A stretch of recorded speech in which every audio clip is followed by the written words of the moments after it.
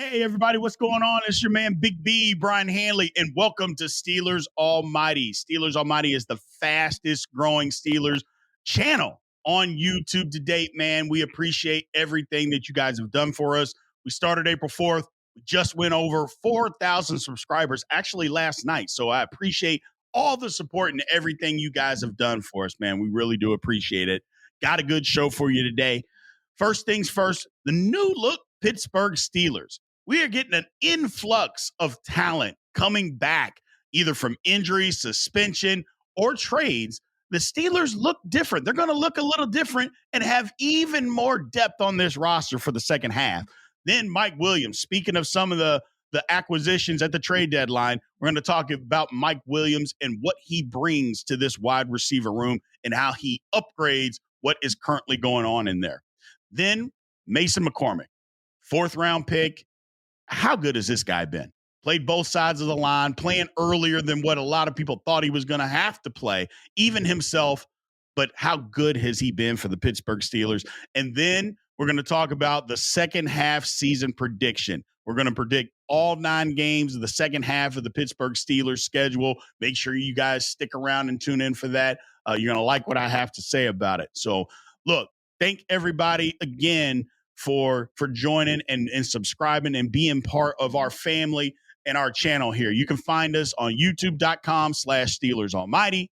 Anywhere that you get a podcast, if you prefer the audio version, anywhere that you get it, you can find Steelers Almighty. And then the social media platforms, make sure you like, follow, subscribe to Steelers Almighty there. So we appreciate all your support. Remember to like and follow on here as well, and subscribe if you haven't already. Let's get into the show. What does the roster look like? You know, we got a ton of guys that are making their way back to the Steelers. Now, here's the thing about that.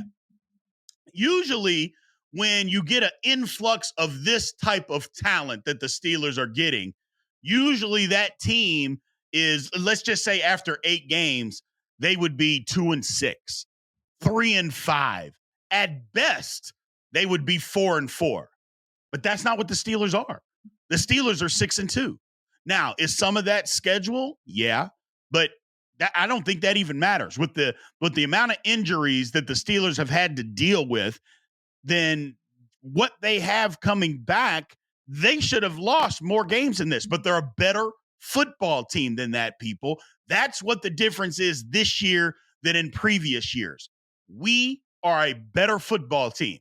Games that we would have lost, and I'll pinpoint the games last year. We were sitting pretty. We were at 7-4. We got New England and Arizona coming to Pittsburgh, and we lost both of those football games. Same thing happened this year. We're 4-2. We got New York and New York coming to Pittsburgh. We won both of those football games.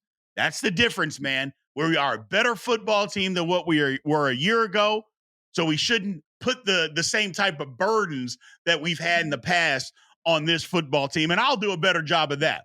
But let's look at this as far as what we got coming back. First of all, we got Nick Herbig. Big addition coming back. He was playing well before he went out. When Alex Highsmith went out, Herbig stepped up, and then he ended up getting hurt. He will be back. Corey Trice Jr., I've said it for weeks. Corey Trice Jr. can play inside, outside. His best position is outside. If he can stay healthy, Dante Jackson could move into the slot if needed be, and we could put Corey Trice on the outside. But he's just added depth out there. He is added depth. Tyler Medikevich, he's coming back. Look, our special teams are already the best in the league. I don't care what anybody says. If they say that we are not, they have no idea what they're watching. And they don't know football. Steelers got the best special teams in the National Football League. They have up to 8 weeks anyway. And getting him back is only going to add to that. Then we've got Cam Sutton. Look, I heard it right out of Mike Tomlin's mouth. Everybody should be on notice because Cam Sutton can play anywhere in the secondary. I think that kind of speaks for itself on what we want Cam Sutton to be. A jack of all trades, be able to play here, play there, put him in anywhere. It's only going to enhance our secondary. And then Preston Smith. All guys on the defensive side. Preston Smith comes in as a trade value or as a trading deadline. Look, what he brings to the table is number one, versatility, because he can play inside, he can play outside. Number two, he's a big time pass rusher. Yeah, I know he only has 2.5 sacks, limited opportunities with the Packers this year, but you can plug him in when we're in the nickel. Remember, we're in the nickel 55% of the time. We have been so far this season anyway. You can put him in there as a 3 technique, and not only can he stop the run, he can also get after the passer from that 3 tech position. But more importantly, like I mentioned, he's so versatile, he can play on the outside. So when TJ Watt needs a rest, when Alex Highsmith needs a rest, he can plug in one of those sides, whichever opposite of Nick Herbig. He can play opposite of that. Preston Smith, yeah, it's something that we needed, man. Something that we needed. We just weren't getting the pass rush or really anything, when TJ Watt had to go out of the game. We just weren't getting a whole lot from that side. I'm not saying that Preston Smith is TJ Watt. I'm not even trying to compare the two. But what I am going to say is Preston Smith is better than what Marcus Golden was. And I would venture to say that a lot of people said that Marcus Golden played very well for the Steelers last year when he was called upon. Preston Smith can do the same thing. You go over to the offensive side, Zach Frazier's coming back, man. We missed him. Don't get me wrong. I'm not saying the offensive line took a huge step back. We still did some good stuff with Ryan McCollum, but Zach Frazier is better than him. Zach Frazier is one of the best centers in the National Football League. He proved that out over multiple weeks. Getting him back and up to speed is going to be a huge advantage for the Steelers. Cordarrelle Patterson, he's going to be back. Again, I don't know how they're going to say, as Mike Tomlin says, split up the labor. But I do know this. When Jaylen Warren was hurt, Patterson came in and was playing very well when he got his opportunities. He was doing that. He also is going to bring you something in the return game. So just having him back in his explosiveness, if he can come back and be that explosive, it's only another added weapon to this Steelers offense. Dylan Cook, this is a weird one. Comes back, gets cut by the Steelers, gets signed to the practice squad, but don't be surprised if Dylan Cook is not one of those guys that's on the practice squad that gets called up continuously on game day and is an active participant. He may not get into the games, but don't be surprised if he's not active on game day, because the Steelers really like him. And if he's back from that Liz Frank injury, I suspect that he will be the swing tackle move on game days. So think about all of that influx of talent that the Steelers got after a bye. I mean, like I mentioned, teams that usually get this kind of stuff back are teams that are struggling, teams that are 2-6. You're losing all these guys, difference makers in a lot of positions. I didn't even bring up Mike Williams, add Mike Williams to all of this, but we'll get to him in a second. But yeah, I like where the Pittsburgh Steelers are. Like I said, it's adding starter level talent to your roster mid-season with multiple guys. That just doesn't happen very often, man. It just doesn't happen. But we're going to move on. Let's move to the poll, man. Let's bring up that poll question. First, which Steeler are you most excited to see on the field again? Nick Herbig, A. Cam Sutton, B. Zach Frazier, C. Corey Trice, D. I don't know that you can go wrong with any of those answers. I really don't. Herbig, Sutton, Frazier, Trice, I don't know that you could really go wrong, because, look, Corey Trice was playing good football before he got hurt. I think we know what Cam Sutton can bring to the table. As long as he's in shape, I think teams or the Steelers know what they have in him. Nick Herbig, we definitely know what we have in him, and then he won't have to play all those snaps because he's going to be in a backup role, but getting snaps nonetheless. And then Zach Frazier, one of the best centers in football, even as a rookie. So, but I don't think you can go wrong with any answer. Let's move on. So the Steelers were active at the deadline. Anytime the Steelers make an in-season trade, we're always so excited about it. And Mike Williams is one of those guys that, look, he doesn't just jump off the page at you. It's not the big splash deal that maybe a lot of Steeler fans were out there looking for. But Mike Williams serves a purpose. I mean, he's 6'3", 6'4", 220 pounds. He can still really run. He catches the ball in between the sideline and the deep ball, anyway, between the sideline and the numbers, which that's where Russell Wilson, made his money, made his name by throwing those rainbow deep balls. And Mike Williams can go catch those. Now, I'd be lying if I said that Mike Williams is just some spectacular route runner. He's not that. He's never been that. Does he drop a pass every now and then? Yeah, he does. But Mike Williams is a pro. The big problem with Mike Williams is he stays hurt.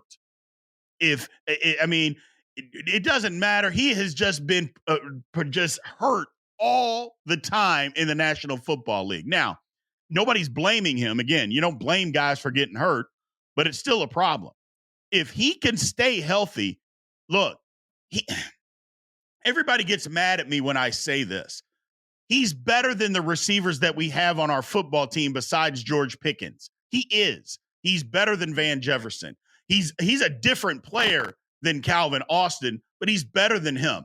Now you can move those guys down a notch, put Calvin Austin in the slot, let him do his thing in the slot, and then Arthur Smith can really run his offense the way that he wants to run it with two big-bodied wide receivers on the outside, play action, and throw to those football players cutting over the middle. That's what Arthur Smith wants to be able to do. Now he's got two big-bodied receivers to do that. Van Jefferson, God bless him. He digs out safeties like no other, but he's not a big-body receiver. Calvin Austin, not the same guy. He's just not a big-bodied guy. That's what the Arthur Smith offense calls for. We wanted to sign Mike Smith, in the offseason. He just didn't take the visit. He was scheduled to come, but he just didn't. Well, now he's here. We gave up a fifth-round pick, the lower of the two fifth-round picks that the Steelers had. I'm okay with that. I think most Steeler fans would be. Mike Williams can help us. He can absolutely help us. Again, he's got to be healthy. And if he is, he's an upgrade over what we have. Now, some people are going to say that maybe he's the same receiver as George Pickens. I think maybe you're looking at height as far as being the same receiver. George Pickens is ultra talented. He's more talented than Mike Williams in this stage of Mike Williams' career. So let's not confuse the two as being the same. George Pickens has a set of skills that I don't know that Mike Williams has ever had. And that's okay. That is okay. We were fortunate to get Pickens where we did. We've got him on our team. And it's only going to help Pickens having Mike Williams. I got a question about this earlier saying, well, what does Pickens think about the trade with Mike Williams coming over? Well, I don't think that Pickens was mad that Deontay Johnson was on his team last year. Like, I don't think he was upset by that. I think maybe he wanted to have the ball thrown him to a little more, but I don't think he was mad that another guy was helping because it's only going to help Pickens. Because if Mike Williams is open and we're throwing him the football, you can't roll all your coverage over to Pickens. You just can't do that.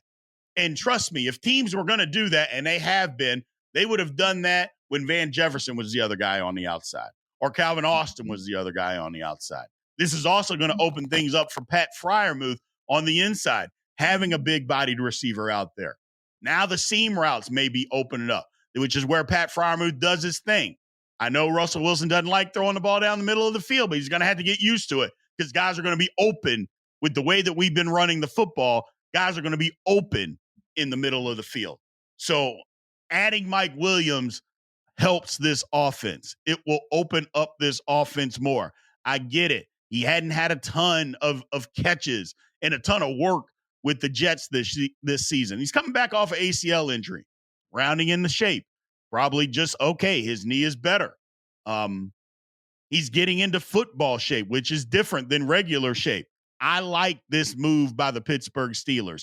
I liked it all along. I liked it in the offseason when they were talking about getting Mike Williams. He just didn't give us an opportunity to sign him. Okay, well, now he's here. And now we're 6-2, and all the other teams in the division all made moves. all of them they're not necessarily division, but in the AFC. All those teams made moves, the top teams, to try to get better. The Chiefs, they made a move to try to get better. The Bills, they made a move to try to get better. Baltimore has made a couple moves for them to try to get better. Teams are making moves. And if the Steelers weren't, then how serious were we about trying to win? Well, I think we were. We made the move. Mike Williams absolutely helps this wide receiver room, man. He absolutely does. Let's go to the poll question.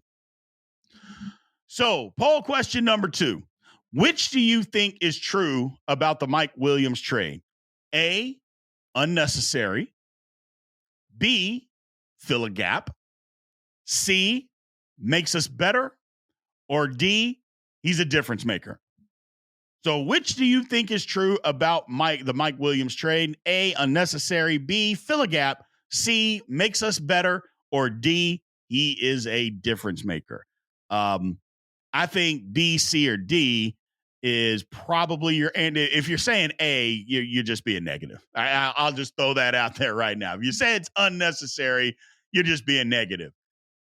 Again, saying that Mike Williams is better than what we had besides Pickens is not saying that our receivers stink. It's not saying that. And another thing to think about, just because you choose to upgrade your room doesn't mean you don't like the pieces that are currently in it. It doesn't mean that. It just means you want to upgrade. And I always throw out this example. If you got $1,000, okay, and you can make it on $1,000 or whatever you're trying to do with $1,000, would you be mad if you had 2 to be able to do the same thing? No, you wouldn't. Same thing with Pittsburgh, with this wide receiver room. You like what you got? Okay, great. But if you can get better and be better without giving up anything, which the Steelers didn't give up anything in that room, then yeah, you upgrade when you can upgrade. I like the move, man. I like the move. Let's move on. So we're at halftime, man. Look, I want to thank all you followers out there that followed Steelers Almighty, all the subscribers, everybody out there, man. I really, really appreciate it. Like I said, we just went over the 4,000 mark last night, actually. And I appreciate everything that you guys have done for us and the support that you guys have given us. Here's our weekly podcast. As you see, our weekly podcast comes out on Wednesday. Scouting report comes out on Friday. Live pregame an hour before the game. We're live on Sunday. Then 15 minutes after the game, we are live again talking about exactly what happened. The report card comes out on Monday. The All 22 comes out on Tuesday. So that is our schedule. Now, remember, we haven't gotten a whole lot of calls the last couple of weeks. I need more phone calls from you guys, man. Call in. Just leave where you're calling from. Even if you don't want to leave your name, you don't have to. Just let us know where you're calling from. Leave your rant. Leave whatever question you have, whatever it is. That number, 412-444-8390. Again, 412-444-8390. Look, super chats, always wide open, man. You see the Venmo, you see the Cash App. If you choose to help support the channel in that way, you know that we absolutely love it. So we appreciate anything that you guys would choose to do to help support the channel and help continue to put these podcasts and all that good stuff out there. So want to thank everybody for that. So let's move on. Let's trudge on. I don't know if you guys noticed, and maybe by the all 22s that I do, I'm a big Mason McCormick guy. I think Mason McCormick is that guy. Now, but here's the thing about Mason McCormick. First of all, in the 4th round, I think he was a jump. Us being able to find a guard. Now, you could say, hey, you know what? You find guards somewhere in that round. Okay. But he was a little bit of a project. He played all over the line in college. And he's played both guard positions for us this year. But I think he's a guy. Because the one thing that Mason McCormick's going to do, he's going to fight you. He is that guy that you hate on the other team that's going to block you or hit you just after the whistle blows. But that's the same guy that you love that's on your football team, that he's just getting underneath the skin. Constant motor, running down and hitting people. Now, he's got sloppy technique. He does. His technique is bad. The one thing that I'm constantly, talking about him on the all 22 when we do the breakdowns of the O-line is he doesn't stay on double teams long enough. Is that he's more concerned with the linebacker and blocking that guy than getting push at the line of scrimmage, at the point of attack. Okay. Well, you can fix technique. In the offseason, we can work on that and fix it. What you can't teach is effort and want to. His motor is incredible. His want to and effort is just incredible. You can't teach those things. And constantly, he's hitting guys, looking to clear a pile, looking to go downfield, hit somebody, help somebody. He is that guy. I love Mason McCormick. He's just a good football player. He's not afraid to mix it up, man. He's just not afraid to get after it with anybody. Doesn't matter who you are. Like I mentioned, he is a gem that we were able to find in the fourth round this year, in this year's draft. I like what Mason McCormick brings to the table. He's filled in, like I said, he's playing earlier than what he or the Steelers thought he was going to have to play. He's played both guard spots. He's filled in admirably on both sides of the line. It was rocky early. I get it. But he's starting to get the hang of it. This is a guy that we're going to look to towards the future as a big part of what the Pittsburgh Steelers are moving forward, in my opinion, which brings us to exactly what I want to talk to next. Let's go to the poll question about our man, Mason McCormick. So, do you think Mason McCormick has done enough to secure a role for next season? Answer A, yes, 3, or B, no, 3. And again, the numbers are so that you know which poll question that you're answering. So do you think Mason McCormick has done enough to secure a starting role for next season? A, yes, 3, B, no, 3. Like I said, I'm not going to hide what I appreciate about Mason McCormick. I'm just not going to hide it. I think the guy, he's a fighter. He's not afraid. His technique is sloppy, but he's still out there blocking people. He gives a damn. He's out there busting it. And that's all you can ask, man. That's all you can ask. Does he get everything right? No, he doesn't. But he gives the effort and he tries and he wants to win. You can live with those people on your football team because you can teach, like I said, you can teach the technique. You can figure the technique out. You just keep drilling and drilling and drilling. And he's a hard worker. So eventually he's going to get all that down because he's a talented football player too. But yeah, I like what we have in Mason McCormick. Really, really excited about him. Okay. Now let's move on. So the second half of the season, it's finally here.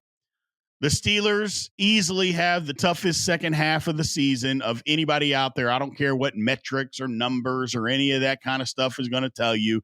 Our schedule is the toughest of the second half. What we are going to do with it, I'm about to tell you. But it's tough, man. It is tough. You see it right there. We got 9 games left. 5 are on the road. In the middle, we got a tough 2-game stretch, Philly and at Baltimore. So it's tough. But you know what? We're tough. We are tough as well. So let's break this down and let you know exactly what Big B thinks, how the Steelers are going to go. And look, man, I'm a Steeler fan as anybody. We can't win every single game, okay? So don't get mad. Don't get thrown off because I don't believe we're going to win a certain game. You may disagree on the game, but we can't win every one of them. So let's just be realistic, people. Let's be realistic. First game, at Washington on Sunday. Washington has a really explosive offense. They're playing better defense. There's not a soul alive, not even in the Washington organization, that thought they'd be 7-2 at this point. But after Sunday, they're going to be 7-3 because I think the Pittsburgh Steelers go to Washington and win a tightly contested football game. I think our defense has enough to trick. Look, Mike Tomlin on a bye week, rookie quarterback. I don't care how good that rookie's playing. After a bye week, getting the players back that the Steelers can play, I don't think our defense is going to be nearly as vanilla as what it's been. Give me a Steeler victory in that game. Then Baltimore. This is the one. I think the Steelers lose. Now, look, I know the game's at home. I know that we got Lamar Jackson's number, and we do. I know that we've got Baltimore's number. We've won 7 of 8. But Baltimore's on a roll. You know how they play about this time of the year. They've got things rolling. I think it's going to be a tough game, and I think Baltimore gets us in Pittsburgh. Moving on to the next week. Cleveland, we win. Jameis Winston, 30 for 30 Winston, is the quarterback. They're talking about maybe even benching him and playing the second-year guy. I know we struggle in Cleveland. Don't get me wrong. We struggle in Cleveland. But I just mentioned how we're a different football team than what we were a year ago. Their defense is not as daunting as what it was last year or what it was supposed to be this year, So I believe the Pittsburgh Steelers go to Cleveland and win. Then we go to Cincinnati. That's a tough one. I think the Steelers fall to Cincinnati in Cincinnati. Tough game, close game. But the Bengals are trying to make the playoffs. And the Bengals, I'm not saying they have to win every game, but they pretty much have to win all of them. It's pretty close to having to win every single game. I know it's not quite that much, but this is a game that I think Cincinnati gets us. On the road, back-to-back weeks on the road. It's not that we can't win, but I just think Cincinnati will beat us in Cincinnati. Then Cleveland comes to us. We're beating Cleveland again. Like I mentioned, they got 30 for 30 Winston playing quarterback. The Steelers will be rejuvenated after losing to the Bengals. I think we smack around the Cleveland Browns in that game, actually. Look, it's tough to predict blowouts in the National Football League, but I think this is what we get after the Cleveland Browns. Then we go to Philly. I think we drop that one to Philly. And here's the thing. And when I was doing this breakdown, it's tough because I think Philly's coach sucks. I think Nick Sirianni is a terrible football coach. Now, I know there's some of you out there that don't like Mike Tomlin. I get that, and I respect it. But there's not a Steeler fan alive that would trade Mike Tomlin for Nick Sirianni. Nobody would make that trade. But they are extremely talented. And they are winning in spite of them having a bad head coach, man. It's crazy. But the game's on the road. Philly's good. And I think, again, a tightly contested game, but I think Philly gets us. Then we go to Baltimore. Yeah, we're not getting swept by Baltimore. That's not happening.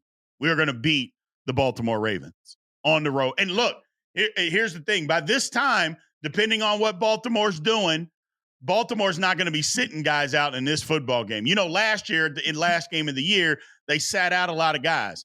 They won't be sitting out a lot of guys in this game. It isn't going to matter. The Pittsburgh Steelers are rolling into Baltimore, and we're winning that football game. Period. End of discussion. We're not getting swept by the Baltimore Ravens. Then on Christmas, we play the Kansas City Chiefs. That's a tough one, people. That's a tough one.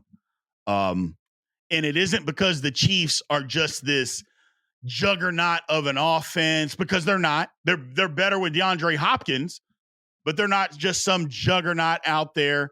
But they are starting to figure it out a little bit more on offense. Their defense is still really good. I think it's a tough game, and I think the Chiefs get us. Unfortunately. Then last game of the year, I don't think it's going to come down to the Steelers needing this last game to get into the playoffs, but if we do, it doesn't matter. We're going to win this game against the Cincinnati Bengals.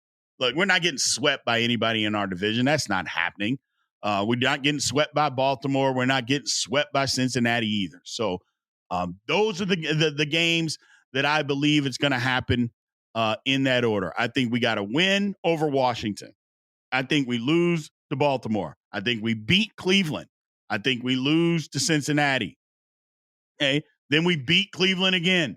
We lose to Philly. We beat Baltimore. We lose to Kansas City. And then we beat Cincinnati Bengals. Now, if you looked at this stretch at the beginning of the year, you say we go 5-4 in this stretch on top of 6 games that we've already won.